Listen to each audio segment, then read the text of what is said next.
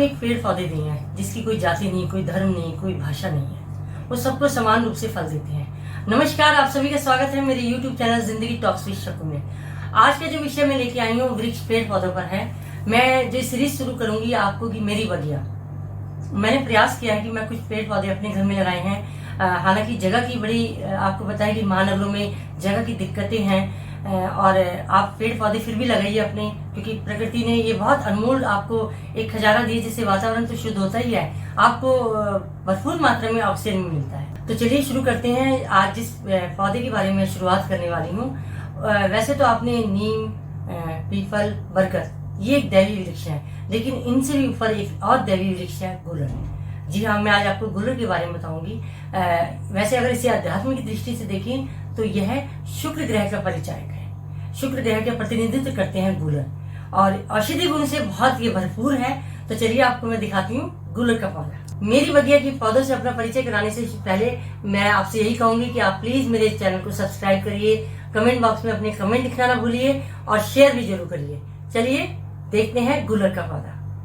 ये एक छोटी सी बालकनी है, और मैंने जो जितनी बालकनी है उसमें अपने मोस्टली पौधे लगाए हुए हैं, और मुझे बड़ा अच्छा लगता है। सुबह जब मैं इनको देखती हूँ तो मैं इनको अपने बच्चों की तरह प्यार करती हूँ। जैसे माँ अपने बच्चे को पोषण देती है, खाना देती है, तो उसको बड़ी खुशी होती है। तो जब मैं इनको पानी देती हूँ तो मुझे बड़ा अच्छा लगता है इनसे मिलने में, इनको देखने में। जब ये हरे भरे होते हैं तो दिल खुश होता है, उतना ही मेरा मन हरा भरा हो जाता है। तो आज जिस वृक्ष से मैं आपका परिचय करा रही हूँ वो है गुलर। गुलर को मैं आपको बताऊँ, नवग्रह में प्रमुख स्थान दिया गया है इसको, क्योंकि ये एक औषधि पौधा तो है ही है, लेकिन ये एक दैविक पौधा भी है। आपको मैं एक विशेष बात बताऊं इस पौधे के बारे में। कहते हैं जिसने गुलर का फल देख लिया, फूल देख लिया, फल नहीं फूल देख लिया, वो इस दुनिया में का सबसे भाग्यशाली व्यक्ति है। ये कहावतें हैं या हकीकत है ये मुझे पता नहीं है, लेकिन कहावतें हैं कि इसका जो फूल है वो रात में ही उगता है, सीधा स्वर्ग को जाता है। क्योंकि गुलर के का जो फूल है ना, उसको कुबेर, उसकी जो मालिक है वो कुबेर है। तो जब ये फूल रात को खिलता है ये स्वर्ग लोक को जाता है। ये कहावत है ये। बाकी मैं आपको बता दूं कि गुलर का पौधा वास्तव में बहुत दैवीय वृक्ष है। आइए मैं आपको इसके बारे में बताऊं। गुलर का पौधा जो है यह शुक्र का प्रतिनिधित्व करता है। ये इसकी पत्तियां हैं, ये इसका टहनी है, इसका यह तीनों चीजों में, इसका जो पत्ता है, इसकी टहनी है, इसकी जड़ है, ये सभी चीजों में उपयोग की जाती है। आयुर्वेद में गुलर के पेड़ को हेमदुग्धक, जंतु फल और सदा फल कहते हैं। इसका मैं रीजन बताती हूँ आपको। अगर मैं इसका एक पत्ता आपको तोड़ के दिखाऊं, ये पत्ता मैं लीजिए तो देखिए, इसमें से आप देखिए जरा, इसमें से दूध निकल रहा है। ये देखिए, इसका बड़ा औषधि ये है। तो इसको इसीलिए इसको हेमदुग्धक कहा गया है। उसके अलावा इस पौधे में मोस्टली कीड़े रहते हैं, कीड़े जंतु, कई तरह के जंतु कीड़े रहते हैं, तो इसलिए इसे जंतु फल भी कहा गया है। और इसके अलावा इसमें 12 महीने इसमें फल आता है, तो इसलिए इसे सदा फल भी कहा जाता है। अब मैं आपको इसके बारे में ये बताना चाहूँगी कि अगर इसकी हम पत्तों का उपयोग करें तो सबसे पहले मैंने एक बार पहले भी बताया था कि इसके पत्ते और नीम की पत्ती अगर आप साथ में ले लें, 4-5 पत्ते इसके लीजिए, नीम लीजिए, उनको उबालिए। जैसे हम लोग बीटाडीन गार्गिल करते हैं, ऑरल कैंसर वाले मोस्टली लोग को डॉक्टर प्रिस्क्राइब करते हैं कि आप बीटाडीन गार्गिल करिए। लेकिन कहते हैं, आप हंसेंगे इस बात के लिए, जब मैंने वैद्य जी से सलाह ली थी इसके, तो उन्होंने कहा था बीटाडीन का बाप है। कितना अच्छा लगा सुन के मुझे कि यानी इतना एंटीबैक्टीरियल है ये। अगर इसके पत्तों को हम काढ़ा मतलब उबालें, उसको हम नीम की पत्ती के साथ उबालें, उसको छान के ठंडा करके उसे छान लें, और उसके बाद उसमें हल्दी डाल के जितनी बार आप गार्गल करेंगे, मुंह के अंदर के जितने भी अंदर बैक्टीरियाज हैं, या जो आपके स्वेलअप है, या आपके जो अंदर अभी हीलिंग धीरे से हो रही है, वो बड़ी तेजी से होने लग जाती है। जैसे कि मैंने आपको बताया कि इसका जो दूध है ना, वो औषधीय दवाइयों के रूप में प्रयोग किया जाता है। लेडीज को जो प्रदर्भ की शिकायत होती है, लिक्यूरिया जिसे हम कहते हैं, उसमें भी बड़ा लाभकारी है।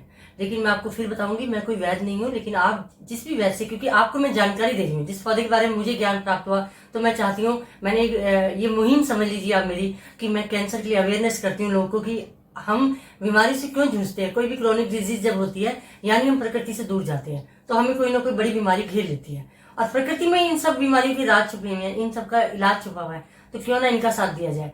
तो मैंने आपको बताया कि जो गुलर है ये मुंह की जलन को दूर करता है। कितने भी पुराने घाव क्यों ना हो, गूलर से ठीक होते हैं। पर इसका प्रयोग कैसे करें? पत्ते भी इसके काम में आते हैं, जड़ भी काम में आती है, छाल भी इसके काम में आती है, लेकिन इसके लिए आपको किसी वैद्य की सलाह लेनी जरूरी है।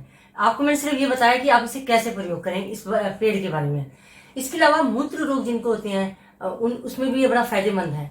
और डायबिटिक यानी मधुमेह, उसके लिए भी इसके पत्तों का प्रयोग किया जाता है। कितनी मात्रा लें, कैसे लें, क्योंकि ये हर व्यक्ति विशेष के लिए है कि किसी की उम्र कितनी है, किसी का बॉडी का कैसा रिएक्शन होगा, तो वो आप अपने वैद्य से सलाह लीजिएगा।